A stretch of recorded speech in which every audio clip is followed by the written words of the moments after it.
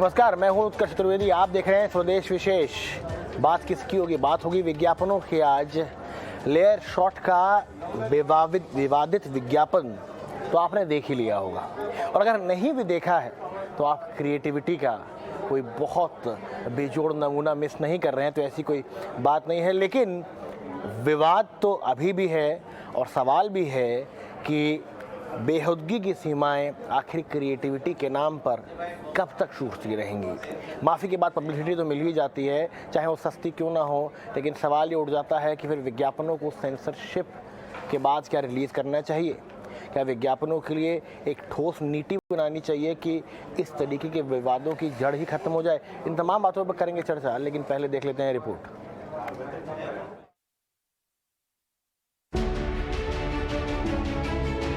Deo brand layer shot के दो छोटे छोटे कुछ सेकेंडों के ऐड जैसे ही आए, देश में बवाल मच गया। डबल मीनिंग वाले बॉडी स्प्रे के इस विज्ञापन पर सरकार तक एक्शन में आ गई और तुरंत सूचना और प्रसारण मंत्रालय ने हर प्लेटफॉर्म पर विज्ञापन बैन कर दिया। साथ ही विज्ञापन से जुड़े नियमों के अनुसार एक जांच भी बैठाई गई है, जिसके बाद कंपनी ने माफी तो मांगी है, लेकिन अपनी सफाई में कहा है कि तमाम अप्रूवल लेने के बाद ही कंपनी किसी ऐड को आगे बढ़ाती है। किसी की भावनाओं को ठेस पहुंचाना, महिला की अस्मिता को चोट पहुंचाने का हमारा कोई इरादा नहीं है, लेकिन फिर भी हम अपने उन दोनों ऐड के लिए माफी मांगते हैं जिनकी वजह से इतना विवाद खड़ा हो गया है। बहरहाल विवादित ऐड दिखाकर सनसनी मचाने वाली इस कंपनी से लोग इतने खफा हैं कि हर कोई कंपनी के खिलाफ एक्शन लेने की मांग कर रहा है। यानी कि सिर्फ माफी काफी नहीं है, सजा होनी चाहिए। दरअसल इससे पहले भी कई ऐसे विज्ञापन आए और गए जिन्होंने इसी तरह के कई विवाद पैदा किए, माफी मांगी और फिर अपने धंधे पर जुट गए।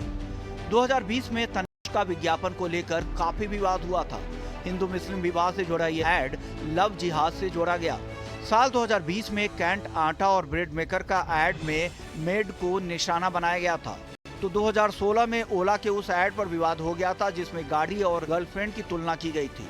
2017 में मैन फोर्स कंडोम का होर्डिंग का विज्ञापन तो और भी ज्यादा शर्मनाक था, जिसमें डबल मीनिंग में लिखा गया था, इस नवरात्रि खेलो मगर प्यार से। इसके अलावा 2019 में हिंदुस्तान यूनिलीवर, 2017 में जावेद हबीब के सैलून वाले विज्ञापन के चलते लोगों की धार्मिक भावनाएं आहत हुई थी। ये सभी विवादित विज्ञापन आए, बवाल कराए और फिर माफी के साथ हट गए, मगर इनकी ब्रांडिंग तो हो ही गई। ऐसे में अब जरूरत है एक्शन की और एक ऐसी मॉनिटरिंग की जिससे ये विज्ञापन जब तक पैमाने पर खरे न उतरे तब तक समाज में न दिखाए जाए। ईटी नाउ स्वदेश।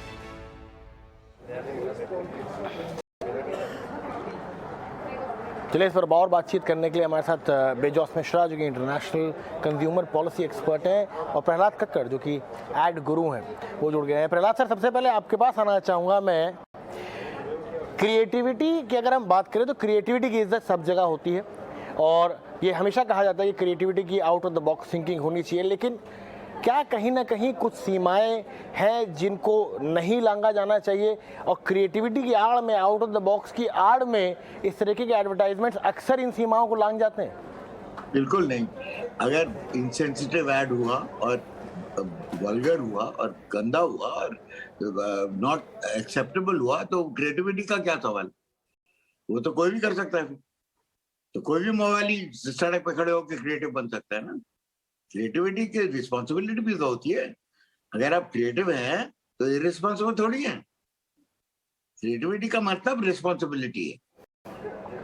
ये बहुत इंपॉर्टेंट बात कही है प्रहलाद सर आपने, और शायद तक ये बात हमें तो समझनी चाहिए, बाकी लोग जो अब नए नए एड फिल्म मेकर्स हैं उनको भी बात समझनी चाहिए कि प्रहलाद कक्कड़ से बात आ रही है, क्रिएटिविटी का अर्थ ही अपने दायरे में रहकर, रिस्पॉन्सिबिलिटी के दायरे में रहकर क्रिएटिव होना है। बेजोस सर, आपसे ये सवाल पूछना चाहूँगा, और ये अब मांग थोड़ी सी तेज हो गई है कि अक्सर एड्स बनते हैं जो भावनाओं को आहत करते हैं। क्या इसके लिए कोई फ्रेमवर्क तैयार होना चाहिए? क्या किसी फ्रेमवर्क पे काम होना चाहिए? अब देखिए, उसका दूसरा ऑप्शन, दूसरा जो तर्क होता है वो ये भी होता है कि फिर आप सीमाओं में बांध देंगे किसी भी इंसान की जो लिखने पढ़ने की, जो लिखने की जो क्षमता है। लेकिन आप कैसे देखते हैं, क्या एक पॉलिसी ज़रूरी है इस समय?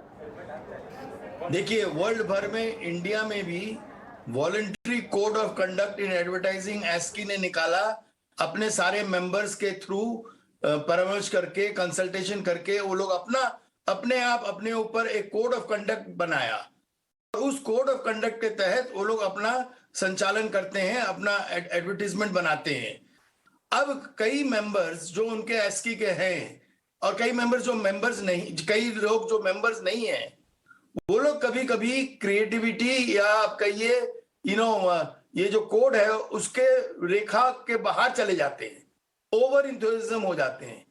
तो हम लोग ऑलवेज ये प्रयास करते हैं, वर्ल्ड भर में है, कि आप अपने ऐड को एक्सपर्ट से पहले वेट कर लीजिए कि हम कहीं कोड का कोई उल्लंघन नहीं कर रहे हैं क्या, और जब हम इससे अप्रूव हो जाएं तब आप ऐड को पब्लिक कीजिए। ये तो एक रास्ता है जो वॉलंटरी रास्ता है। हमारे उपभोक्ता संरक्षण अधिनियम 2019 के तहत अब एक रेगुलेटर आ गया है called central consumer protection authority. उनके पास पूरा पावर्स दिया गया है मिसलीडिंग एडवर्टीजमेंट्स को लेकर कि वो कोई भी एक नियम बना सकते हैं, एक रूल्स बना सकते हैं, एक कोड बना सकते हैं, गाइडलाइंस बना सकते हैं, जिसके तहत ये क्रिएटिविटी और भी बढ़ावा हो और यंग टैलेंट्स क्रिएटिविटी के तहत अच्छे संचालन करते हुए लोगों तक संवाद पहुंचाए, जो भ्रामक नहीं हो, जो मिसलीडिंग नहीं हो, जो गंदे नहीं हो, विश्लील नहीं हो। ये बहुत ही जरूरी है कि क्रिएटिविटी के आड़ पे हम लोग ऐसा कोई काम ना करें जहां हम प्रॉफिटियरिंग कर लें, मतलब रातों रात हम एक ब्रांड क्रिएट करके रातों रात लोगों को भ्रामक करके हम अपने प्रोडक्ट को बेच डालें। ये नहीं होनी चाहिए। जहां ये होता है वहां पर कड़ी से कड़ी दंड मिलनी चाहिए ताकि दोबारा लोग ना करें इसको। ये इसकी कमी है हमारे देश में। हमारे देश में जुडिशियल सिस्टम बहुत ही लंबा पेचाला है, बहुत कम्बरसम है, बहुत लॉन्ग ड्रॉन है। तब तक लोग जो पैसे बनाना चाहते हैं वो बनाकर प्रॉफिटियरिंग करके वो निकल जाते हैं और वो प्रहलाद सर, मैं आपके पास आना चाहूँगा और इस ऐड को लेके जब मैंने पहली बार इस ऐड को देखा तो मेरे दिमाग में सबसे पहला ख्याल ये आया कि काफ़ी सारे स्टेक होल्डर इन्वॉल्व थे यहाँ। तो एक एजेंसी होगी, एक ऐड प्रोडक्शन हाउस होगा, उसके बाद ये जाके क्लाइंट से वेट हुआ होगा। क्या कहीं भी किसी ने नहीं सोचा कि अरे नहीं यार ये जो है ये गलत मैसेज दे रहा है? क्योंकि इतनी लेयर्स होती हैं और आप तो जानते हैं कि एक ऐड एक आदमी ऐड बना के नहीं बना देते, एक पूरी टीम होती है और कम से कम 3 से 4 बार वेट होते हैं। क्या कहीं भी किसी ने नहीं सोचा कि यार ये तो बहुत ज़्यादा हो गया, ये नहीं कह सकते हम, और वो भी इस समाज में, आज के समाज में? सबसे बड़ी जिम्मेदारी तो क्लाइंट की है, क्योंकि पैसा वो देता है, अप्रूवल वो ही करता है, उसके अलावा और कोई नहीं अप्रूव कर सकता। तो अगर finally the responsibility lies with the client, उसको तो समझना चाहिए था कि ये चट मंगनी पर ब्याह थोड़ी है, ये मौके पे चौका थोड़ी मार रहा है। एडवांटेज लेके जब मवाली लोगों को सीटी मारनी, जब मूवी हॉल में कुछ होता है तो सीटी मारते हैं लोग, this is a city ad, ये सिटी वालों के लिए है। अगर सिटी वालों वही जो उनका मौका है तो I am afraid they need to be very heavily censured. I think they need to be penalised. इनको तो जुर्माना जरूर होना चाहिए। पर क्या आपको लगता है प्रहलाद सर कि इस प्रोसेस में आप जैसा आपने कहा क्लाइंट है, केवल क्लाइंट को जुर्माना होना चाहिए, और क्या एक फ्रेमवर्क बनना चाहिए जहां पे सवाल, लेकिन क्योंकि एक सवाल यहां पे आ जाता है कि फिर भावनाएं कहां तक आहत हो, तो क्या एक फ्रेमवर्क बनना चाहिए? स्पेशली जैसे कि एक बहुत इंपॉर्टेंट बात हो जाती है कि आप जब स्पेशली जेंडर की बात करते हैं, आप महिलाओं की बात करते हैं, तो कम से कम एक प्रॉपर फ्रेमवर्क बने जहां पे कि इन अगर भावनाओं को आहत करा जाता है तो आपको पेनलाइज करा जाएगा। नहीं, ये कुछ फ्रेमवर्क का सवाल नहीं, ये बिल्कुल बेहुदा ऐड है। आई मीन ये फ्रेमवर्क तो छोड़िए आप, ये फ्रेम के बाहर ही है। आई मीन बेहुदा ad, only those people will approve. वो सोचते हैं कि पब्लिसिटी मिल जाएगी, गुड और बैड। इनका ये ख्याल है कि good publicity and bad publicity एक ही होती है, पब्लिसिटी होती है। तो अभी इतना मुद्दा उछल गया, the brand is already everybody is talking about it. उनका जो काम था वो तो हो गया ना। ये भी इंपॉर्टेंट सवाल पूछा बोला आपने प्रहलाद सर। आपके पास इसके लेकर आऊँगा बेजौर सर, आपसे यही सवाल जो मैंने प्रहलाद सर से पूछा था वो आपसे पूछना चाहूँगा।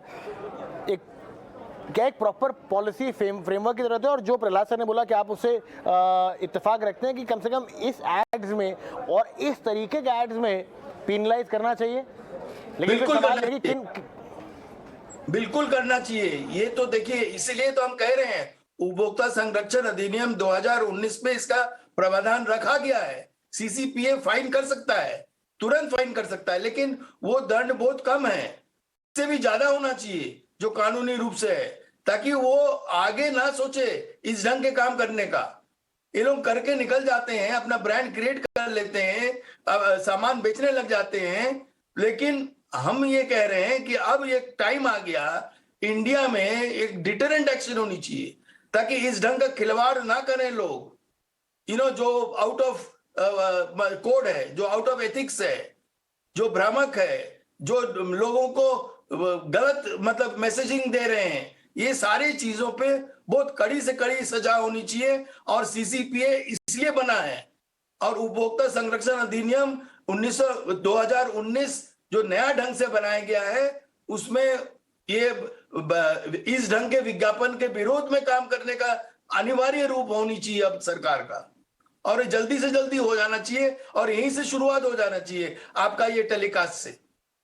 प्रहलाद सर, आपसे मैं सवाल पूछना चाहूँगा, क्या अब देखिए ये ऐड तो आपने जैसे कहा बहुत बेहुदा है, लेकिन क्या ये एक ऐड एक आई ओपनर की तरह है कहीं ना कहीं, कि जिस नज़र से हम महिलाओं को ऐड में देखते हैं, चाहे वो एक ऐड लगा लीजिए आप, वो सबसे पहले कहता है कि ऐसा लगता है कि एक तो आपको अगर अपना हाइजीन मर्दों को अगर बनाना है, साफ सुथरा रहना है, तो इसीलिए कि महिलाएं आपसे आगे चिपट पड़े, वरना तो कोई ज़रूरत ही नहीं है। क्या जिस नज़र से देखा जाता है, जैसे वो एक ओला का ऐड जिसके बारे में हमारी बात हुई, जिस तरीके से हम ऑब्जेक्टिफिकेशन ऑफ वुमेन करते हैं, क्या एक नए सोच की ज़रूरत है? एक नया समाज है, इस समाज में हम अब लगातार वुमेन एम्पावरमेंट की बात कर रहे हैं, वुमेन इक्वलिटी की बात कर रहे हैं, और सोच का बदलना बहुत ज़रूरी है यहाँ से। नहीं, बिल्कुल सोच का बदलना तो जरूरी है, पर यह मुझे लगता है कि दिस इज अपॉर्चुनिस्टिक, क्योंकि इनको मालूम था कि ये कंट्रोवर्शियल होने वाला है।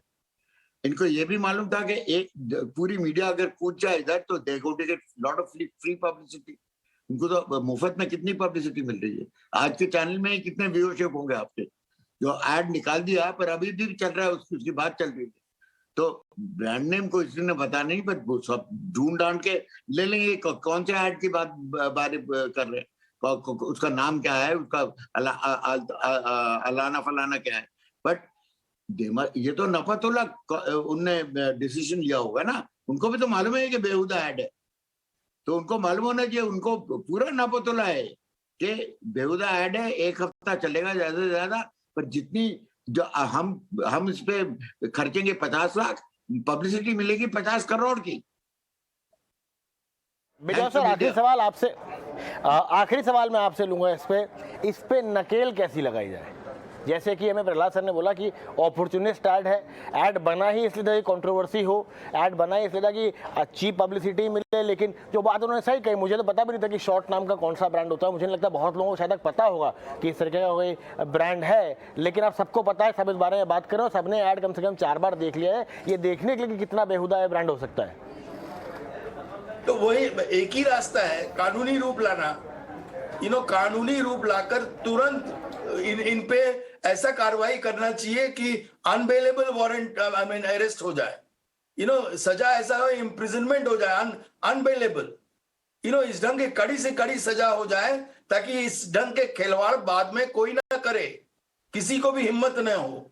ये कानून आना अनिवार्य है, और इसलिए हम लोग चाह रहे थे कि पहले थोड़ा सा सरल रूप से लाएं, फिर बट ये लोग तो मतलब मजाक कर लेते हैं, इस सब कानून को लेकर भी मजाक कर रहे हैं कि हंसते हुए फाइन दे देंगे, या हो सकता है कि और किसी को 1 साल के लिए जेल भेज देंगे, ओनर्स लोग बच जाएंगे जो क्लाइंट है।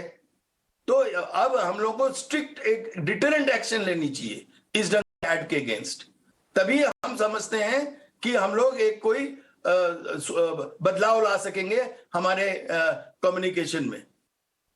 चलिए प्रहलाद सर, विजय सर, बहुत बहुत शुक्रिया हमारे साथ जुड़ने के लिए। एक बात साफ है कि अगर आप क्रिएटिव होना चाहते हैं तो आप अपने दायरे में रह के किसी की भावनाओं को आहत करे बिना, और यहाँ तो बात भावना से ऊपर चली गई थी, बेहुदा ना हो के भी अपने मन की बात कह सकते हैं, अपने प्रोडक्ट को बेच सकते हैं। ज़रूरत नहीं है इन सब चीज़ों की, और जो सब लोग बात कर रहे थे क्या इन पे एक्शन होना चाहिए, ये तो सरकार तय करेगी। लेकिन हाँ, इस तरीके के लेखन से कम से कम समाज को दूर रहना चाहिए।